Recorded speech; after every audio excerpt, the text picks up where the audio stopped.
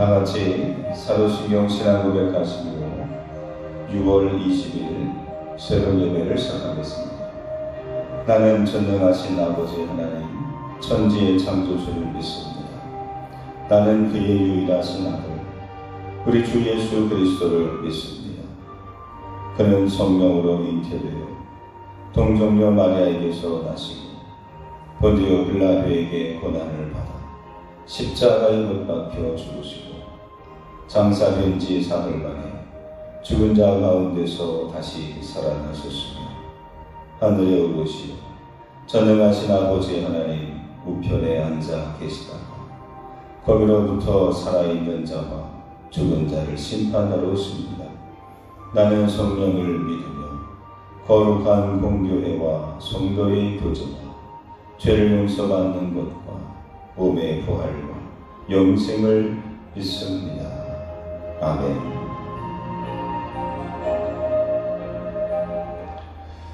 오늘 주시는 하나님의 말씀은 창세기 42장 1절부터입니다.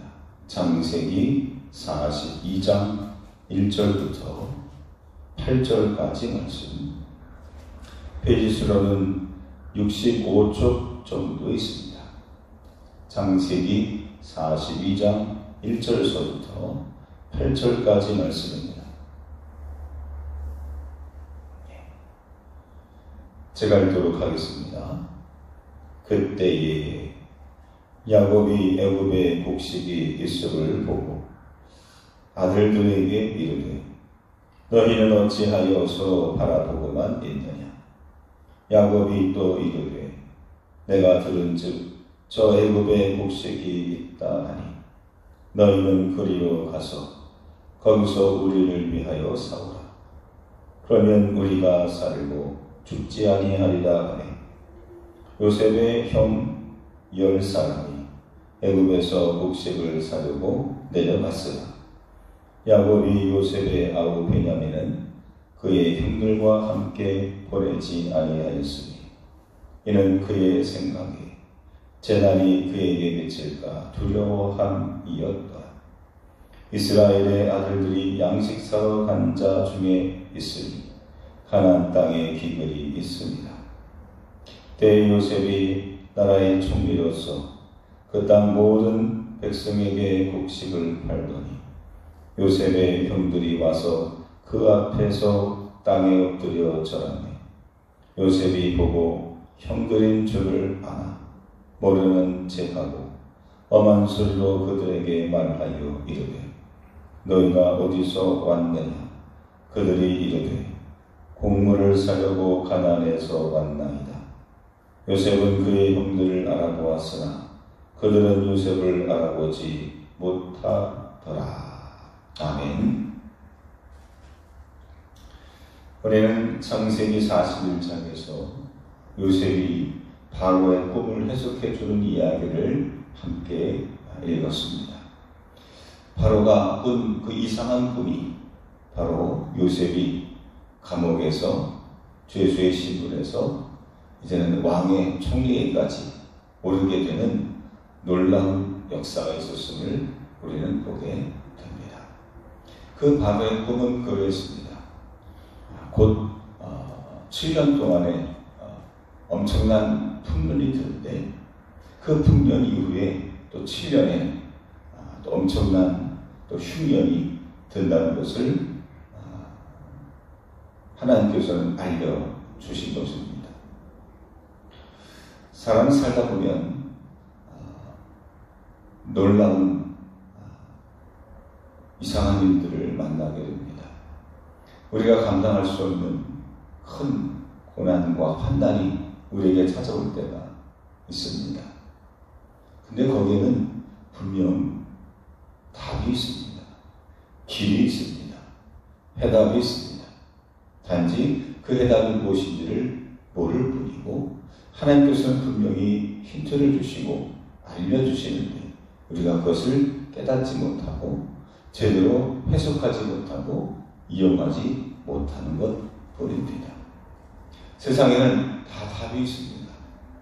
우리가 국가고시를 보고 검정고시를 보고 그리고 모든 취직시험에 볼 때 분명 답이 없는 문제는 없습니다. 다 답이 있죠. 단지 그것을 모르기 때문입니다. 모른다기보다는 그것을 알 수 있는 지혜가 없기 때문입니다.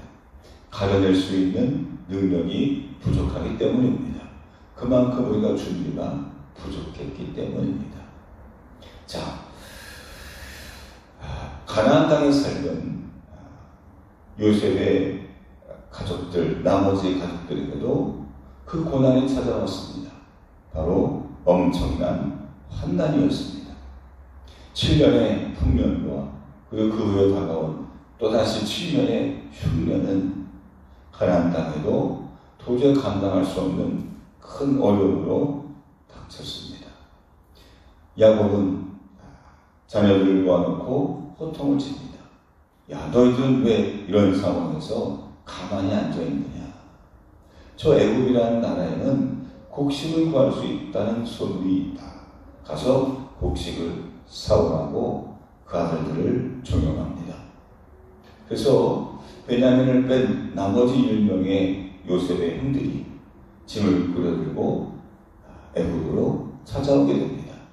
그리고 곡식을 사러 요셉의 앞까지 찾아오게 됩니다. 이렇게 형제들을 만나게 된 요셉은 그들을 아는 척하지 않습니다. 요셉은 형들을 알아보았지만 형들은 요셉을 알아보지 못했습니다. 오늘 말씀에 보면 8절입니다. 요셉은 그의 형들을 알아보았으나 그들은 요셉을 알아보지 못하더라. 문제를 해결하기 위해서 애굽이라는 곳에 나왔는데 거기서 만난 그 총리가 그 모든 애굽의 국무를 주관하고 다스리는 절대 2인자였던 그 총리가 사실은 자기들의 동생이었다는 사실을 꿈에도 이상하지 못했습니다. 예측하지 못했습니다. 너무나 먼 옛날 일이라서 또 감히 저 총리가 내 동생이라는 사실을 알 턱이 없었습니다. 사랑하는 성도 여러분, 우리가 살아가면서 만나는 환난과 어려움 속에 우리는 하나님께서 우리에게 주신 피할 수 있는 길을 우리는 알아보지 못할 때가 많이 있습니다. 하나님께서 주신 그 해답은 결코 멀리 있지 않습니다. 저 산 넘어 있는 것도 아니고 바다 건너 있는 것도 아니고 우리가 다다를 수 없는 나에게서 멀리 떨어진 곳에 있지 않습니다. 나와 상관없는 사람이 아니라 사실은 가까운 곳에 나와 관계하는 사람 중에 분명 하나님께서는 피할 길을 내어주시고 감당할 수 있도록 도와주시고 또 우리가 알지 못하는 사이에 이미 하나님께서 우리에게 보내셨습니다. 지혜 있는 자는 그것을 알아보고 깨닫고 이용하지만 지혜 없는 사람들은 답을 줘도 힌트를 줘도 그걸 이용하지 못하고 전전긍긍할 때가 있습니다. 마치 요셉의 형들 앞에 있었던 그 총리가 바로 자기 동생이었음을 알아보지 못했던 것처럼 말입니다. 아마 그 형들은 지금도 두렵고 떨리는 마음으로 이 난관을 어떻게 해결될지 고민 중에 있었을 겁니다. 사랑하는 성도 여러분, 그렇습니다. 여러분, 우리 마음속에 하나님 주시는 그 은혜와 그리고 그 지혜로 우리가 오늘도 믿음으로 승리하는 하루가 되시기를 주님의 이름으로 축원합니다. 그렇다고 한다면 어떻게 그런 하나님 주시는 기회와 그리고 축복을 알아볼 수 있는 지혜를 가질 수 있을까요? 두 가지를 말씀드리겠습니다. 첫 번째는 두려워하지 않는 것입니다. 먼저 걱정하지 않는 것입니다. 하나님께서는 여호수아에게 말씀하십니다. 두려워하지 말라. 놀라지 말라. 내가 너와 함께 함이니라. 부탁되고 두려워하지 말라고 말씀합니다. 근데 여기는 뜻이 있습니다. 우리가 먼저 두려워하지 않으면 답이 보입니다. 답이 보이지 않는 까닭은 없기 때문이 아니라 사실은 내가 두려워하고 놀라고 걱정하고 먼저 지레 겁먹기 때문에 우리는 충분히 볼 수 있는데 넉넉히 깨달을 수 있는데도 불구하고 내가 두려움에 휩싸여서 미처 알아보지 못하는 경우도 훨씬 더 많다는 이야기입니다. 우리가 호랑이 굴에 잡혀가도 정신만 차리면 산다는 말이 있습니다.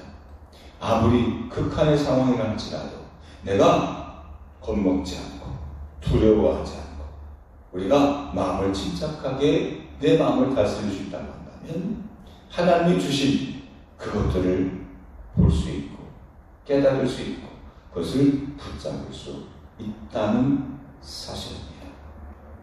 그러므로 사랑하는 성도, 먼저 낙심하지 마십시오. 문제를 보지 말고 그 문제의 뒤에 숨겨져 있는 하나님 주시는 그것이 있음을 깨닫고 여러분 그것으로 오늘도 승리하게 되기를 주님의 이름으로 축원합니다. 두 번째는 바로 믿음입니다. 믿음이란 뭡니까? 보지 못하는 것들을 보는 능력입니다. 깨닫지 못하는 것 가운데 분명히 하나님이 주시는 해답이 있음을 우리가 깨닫는 것, 보는 것입니다. 믿음이란 히브리서 11장 1절에 보면 바라는 것들의 실상이요 보지 못하는 것들의 증거라고 했습니다. 여러분 어려울수록 환난 가운데 있을수록 여러분 하나님을 바라보고 믿음의 능력을 키우시기를 주님의 이름으로 축원합니다. 믿음이란 어떤 것이냐? 거기에 분명히 있을 거야라고 확신하는 겁니다. 그리고 끝까지 바라보는 것입니다. 찾는 것입니다. 마태복음 7장 7절에 보면 구하라, 찾으라, 문을 두드리라고 했습니다. 그렇습니다. 안 된다고 해서 이번 내 안 된다고 해서 우리가 실패하고 좌절하는 것이 아니라 도전하고 계속 도전할 수 있는 힘이 무엇이냐? 믿음입니다. 왜? 반드시 있다고 확신하기 때문입니다. 내가 구하면 주신다고 의심하지 않기 때문입니다. 어떻게 주실지는 알지 못해도 반드시 주실 것을 확신할 때에 바로 그게 믿음입니다. 그렇습니다. 여기에 반드시 해답이 있음을 믿고 여기에 분명히 피할 길이 있음을 믿고 하나님께서 우리를 사랑하시오 우리의 반드시 우리가 갈 길을 인도해 주심을 의심하지 않고 확신하는 것 그게 바로 믿음입니다. 사랑하는 성도 여러분 그렇습니다. 하나님께서는 우리에게 구원자를 주셨습니다.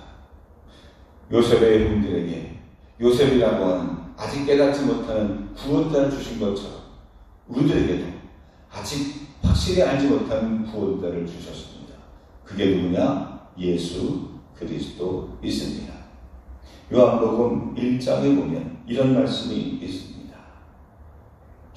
1장 9절 이하에 보면 참빛 곧 세상에 와서 각 사람에게 비추는 빛이 있었나니 그가 세상에 계셨으며 세상은 그로 말미암아 지은 바 되었으되 세상이 그를 알지 못하였고 자기 땅에 오매 자기 백성이 영접하지 아니하였으나 영접하는 자 곧 그 이름을 믿는 자들에게는 하나님의 자녀가 되는 본세를 주셨으니 그렇습니다. 여러분 우리가 알지 못하는 어려운 상황 속에서 깨닫지 못할 때 그 알지 못하는 가운데 알아가게 되고 깨닫게 되는 돌파구가 되는 것이 있습니다. 그게 뭡니까? 믿음입니다. 눈에 보이지 않아도, 내 생각에 이해되지 않아도, 내 몸이 반응하지 못할지라도 여러분 믿음으로 여러분 하나님 주신 것을 볼 수 있고 확신할 때 두려워하지 않고 그 믿음으로 우리가 확신 가운데 있을 때 하나님 준비하신 것, 예비하신 것들이 보여지고 깨달아지고 그리고 경험되어지고 여러분 갖게 될 줄로 믿습니다. 오늘도 하나님과 상관없는 사람이 아니라 하나님과 상관 있는 사람으로 오늘도 우리의 삶을 개척해 나가는 저와 여러분들이 되시기를 주님의 이름으로 축원합니다. 기도하겠습니다. 은혜가 충만하신 하나님 아버지, 오늘도 귀한 날을 허락해 주심을 감사합니다. 오늘도 깨어 기도하게 하시고 하나님께서 주신 귀한 선물이 무엇인지를 깨닫게 하시니 감사합니다. 해답은 멀리 있는 것이 아니라 가까운 곳에 있음을 깨닫게 하시고 우리가 만나야 될 그 사람이 저 산 너머 있는 것이 아니라 바로 우리 지척에 가까운 곳에 이미 하나님께서 주신 것임을 깨닫게 하옵소서. 우리에게 주신 가족, 또 친구, 또 섬기는 교회, 내가 일하는 직장과 그 내가 아는 사람 중에 하나님이 우리의 고난과 환난을 이겨낼 수 있는 하나님 주신 귀한 사람인 줄로 믿음으로 바라보게 하시고 우리가 최선을 다하여 열심을 다하여 합력하여 선을 이룰 수 있는 하나님의 사람들이 될 수 있도록 인도해 주옵소서. 우리가 경제적인 어려움 가운데 있을 때, 우리가 감정적으로 우리가 외로울 때에 하나님께서는 우리를 결코 홀로 내버려 두지 아니하시고 우리를 모른 척하지 아니하시고 우리에게 도움의 손길을 주시는 하나님이심을 믿습니다. 그 믿음으로 깨닫게 하시고 지혜를 얻게 하셔서 오늘도 모든 것들을 잘 이겨나갈 수 있도록 성령의 인도해 주옵소서. 예수님 이름으로 기도합니다. 아멘. 하늘에 계신 우리 아버지, 아버지 이름을 거룩하게 하시며 아버지의 나라가 오게 하시며 아버지의 뜻이 하늘에서와 같이 땅에서도 이루어지게 하소서. 오늘 우리에게 일용할 양식을 주시고 우리가 우리에게 잘못한 사람을 용서하여 준 것 같이 우리 죄를 용서하여 주시고 우리를 시험에 빠지지 않게 하시고 악에서 구하소서. 나라와 권능과 영광이 아버지의 것입니다. 아멘.